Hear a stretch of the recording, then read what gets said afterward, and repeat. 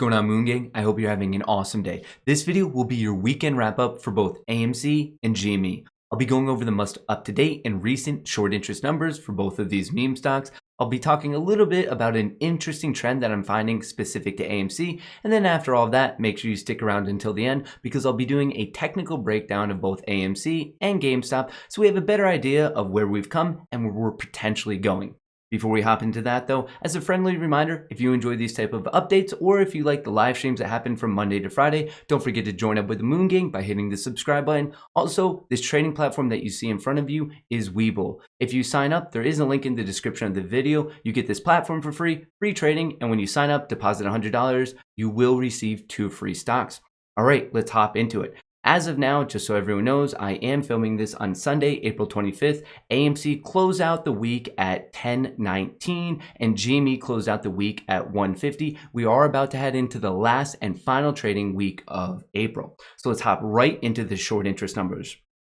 In terms of AMC, Friday's action, we did see another increase in the short interest, another positive change. Honestly, every day, I feel like I'm living Groundhog's Day. Every single day, the short interest is higher and higher and higher. In a way, I could very much argue that this is a good thing because if we get that bullish follow through in the price action, that means that there's more and more shorts that are going to have to jump ship, which means we'll see a more volatile explosion upward in the price action. So the borrow change was, let's just call it an increase in 500,000, which puts us somewhere between 154 and 155 million shares on loan. The utilization, remember utilization is the ratio of all the shares currently being lent and then the ones that are actually officially borrowed to go on loan. As of now, the entire pie is on loan, 100%. A question I've been getting recently is if the utilization is 100%, how can the short interest possibly continue to increase? Well, that just means that more people who own shares of AMC are lending them out because remember right now the cost to borrow is very, very high. So people are making a pretty penny renting out their shares of AMC for people to put them on loan, potentially shorting them to the market. So that's how, even though we're seeing 100%, the pie of the ones that are actually being lent going on loan, the pie is getting bigger and bigger each day. And overall, right now, the short interest is in the realm of 23.6%. Once again, this is all for AMC. And the one thing I need to stress in this video, these shares on loan, this is the absolute floor. A couple things to note here is Ortex, they get their data from prime brokers, not hedge funds. Prime brokers are the people who are facilitating the lending and loaning between hedge funds, banks, all that good stuff. They have about an 85% coverage of the main prime brokers, of course the biggest ones, so that doesn't mean that the number is already 15% bigger, but this is just a floor. It could be a higher, and once again, this information is not covering shorts against ETFs that have exposure to AMC or GME, and it's also in no way counting naked shorts. The reason I'm doing this, I just try to give you verifiable, accurate data, and at least I can just guarantee this is the floor. If anything, because of the things I just mentioned, these numbers would just be higher. Please remember that every day as we're talking about this stuff, these numbers are the absolute minimum, which is good for us. In terms of GameStop, on Friday, the short interest actually dropped by 3.44%. The current short interest on GameStop is 26.71%. The borrow change dropped by about 500,000, which puts the shares on loan right around 15 million. The utilization, remember the ratio of the pie that's being lent and the ones that officially go on loan is around 57.56%. In terms of the shares on loan, like I said, are currently around 15 million. It's important to note that the shares for GameStop, the ones that you and I can trade, also known as the free float, is around 45 million. And in terms of AMC, that's around 400 million, just so you know the numbers for both of those. The overall, just so you know, the magnitude of both AMC and GME are very, very high. Matt, is a short squeeze possible with numbers like this? Yes. And in fact, the way they're trending, especially AMC, is just going higher and higher and higher. So we're in that situation where we're almost trapping enough of these shorts, enough of these bears, and like we're just apparently every single day more and more are coming into this cage. So once we get that follow through, it's just going to be such a massive snowball effect, domino effect. Like we just need that one domino to fall, and these people are going to have to pay a heavy price.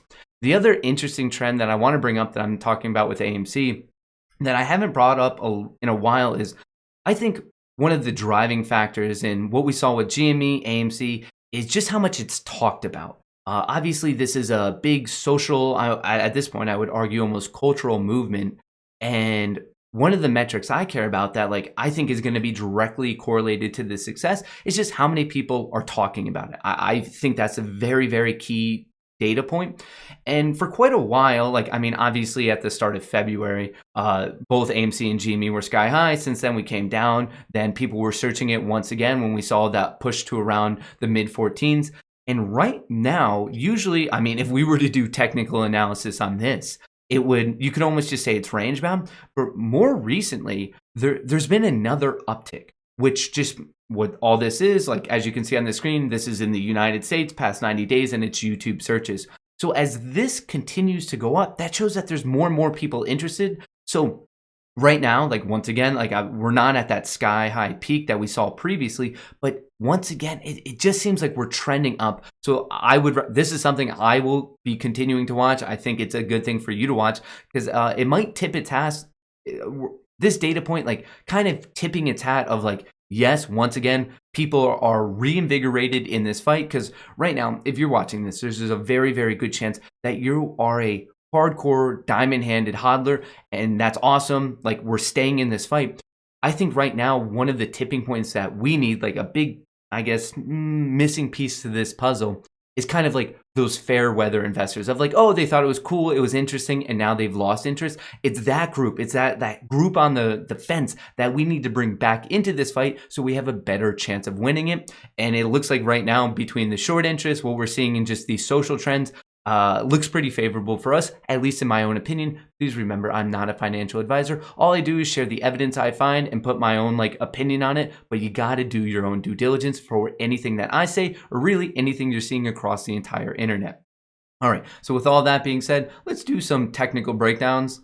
Just so you know, the overall market looking very, very strong. In fact, we did hit a new all-time high. It's not this 417.91 you're seeing on the screen. To close out the week, S&P 500 ETF that tracks 500 of the biggest companies in the US. That's why it's used as a barometer for our stock market. New all-time high of 418.25. The market is very, very strong. So outside of the world of AMC and GME, your blue chip investments, your retirement accounts, most likely looking pretty good right now. Let's kick this off with AMC. Actually, let me rewind this. I want to show you something I'm seeing on the daily time frame.